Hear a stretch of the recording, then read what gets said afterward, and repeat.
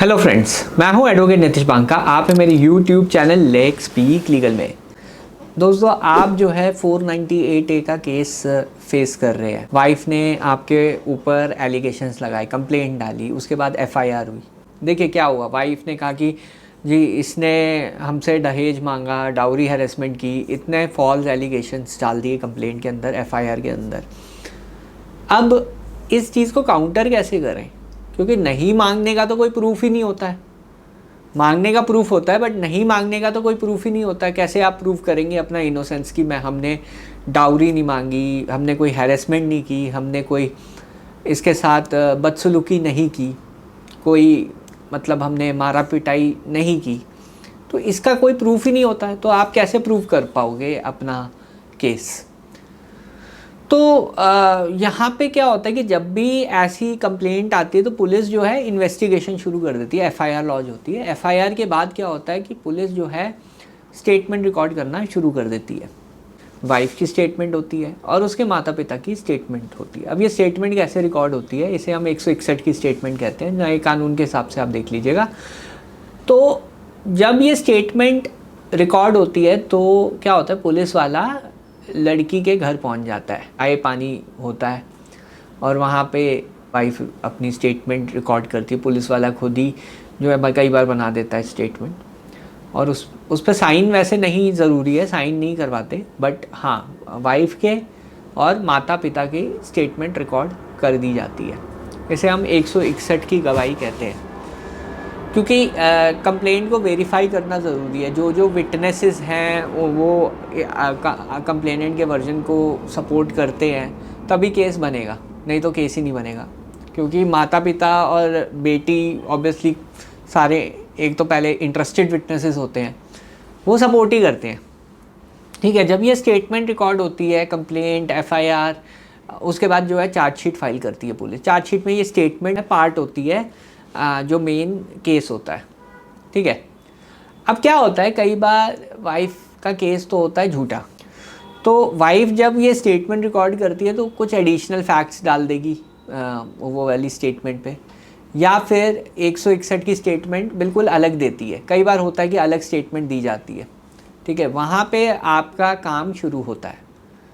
अब वाइफ को कोर्ट में एक और बार बुलाया जाता है जब उसकी गवाही होती है। अब गवाही होगी तो वाइफ को एक तरीके से अपना वर्जन कोर्ट के सामने रखना पड़ेगा। अब कोई देखिए मेमोरी में होती हैं ये सारी चीज़ें, जो कहानी है वो बनाई जाती है। अब कहानी जो है मैनिपुलेट भी हो सकती है, क्योंकि ओवर द टाइम वो कहानी क्या हो गई वाइफ को भी नहीं पता चलेगा, क्योंकि रियल में अगर कोई इंसिडेंट्स नहीं हुए तो वो कहानी में वेरिएशन आएगा। जब वाइफ ने कोर्ट के सामने एक स्टेटमेंट दी, उसे हम एग्जामिनेशन इन चीफ कहते हैं, और ये जो स्टेटमेंट है ये अलग हो सकती है जो स्टेटमेंट वाइफ ने पुलिस को दी है। यहाँ पे एक इम्पॉर्टेंट चीज़ जाननी ज़रूरी है कि 161 की स्टेटमेंट आप ऐसे एविडेंस में प्रूव नहीं कर सकते। आप अगर फाइनल आर्गूमेंट में ले गए कि अलग स्टेटमेंट दिया, इधर अलग स्टेटमेंट है, कोर्ट नहीं मानेगा। जब आपका क्रॉस एग्जामिनेशन होगा तब क्या अलग दिया है, क्या मॉडिफिकेशन हुई है, जब तक वो चीज़ आप पॉइंट आउट नहीं करेंगे 161 के बयान में, तब तक कोर्ट जो है वो 161 के बयान आपके फेवर में नहीं पड़ेगा। अगर सपोज़ वाइफ ने अपनी कोर्ट की स्टेटमेंट में कह दिया जी 20 लाख रुपए डाउरी डिमांड की है हस्बैंड और उसकी फैमिली ने, और पुलिस को स्टेटमेंट दे दी कि जी 30 लाख रुपए डिमांड किए थे, वहाँ पे भी देखिए वेरिएशन आ गया। एक तरफ कह रही है 20 लाख रुपए, एक तरफ कह रही है 30 लाख रुपए, वहाँ पे वेरिएशन आ गया। जब तक आप वो पर्टिकुलर स्टेटमेंट को कन्फ्रंट नहीं कराओगे वाइफ को और उसे मार्क नहीं करोगे 161 की स्टेटमेंट में, तब तक वो स्टेटमेंट एडमिसिबल नहीं मानी जाएगी, कोर्ट उसे कॉन्ट्राडिक्शन नहीं मानेगा। तो 161 की स्टेटमेंट का यूज़ होता है कॉन्ट्राडिक्शन पॉइंट आउट करने के लिए। ये ऐसे नहीं पढ़ी जाएगी, डिफरेंसेस है, कुछ डिविएट हो रही है स्टेटमेंट, इससे कोई फ़र्क नहीं पड़ेगा। फ़र्क तब पड़ेगा जब वो स्टेटमेंट जो है उसमें कॉन्ट्राडिक्शन, इनहेरेंट कॉन्ट्राडिक्शन आते हैं। जब वो चीज़ होती है वो स्टेटमेंट बिल्कुल अलग एक तरीके से देखी जाएगी, पढ़ी जाएगी, और उसका बेनिफिट आपको होगा। तो ये चीज़ का आपको पहले ध्यान रखना है कि 161 की स्टेटमेंट क्या आपके एविडेंस में पॉइंट आउट हुई है या नहीं हुई है। कमेंट कीजिए अगर ऐसा हुआ है, अगर आपके केस में बताइए कि ऐसा हुआ है या नहीं है।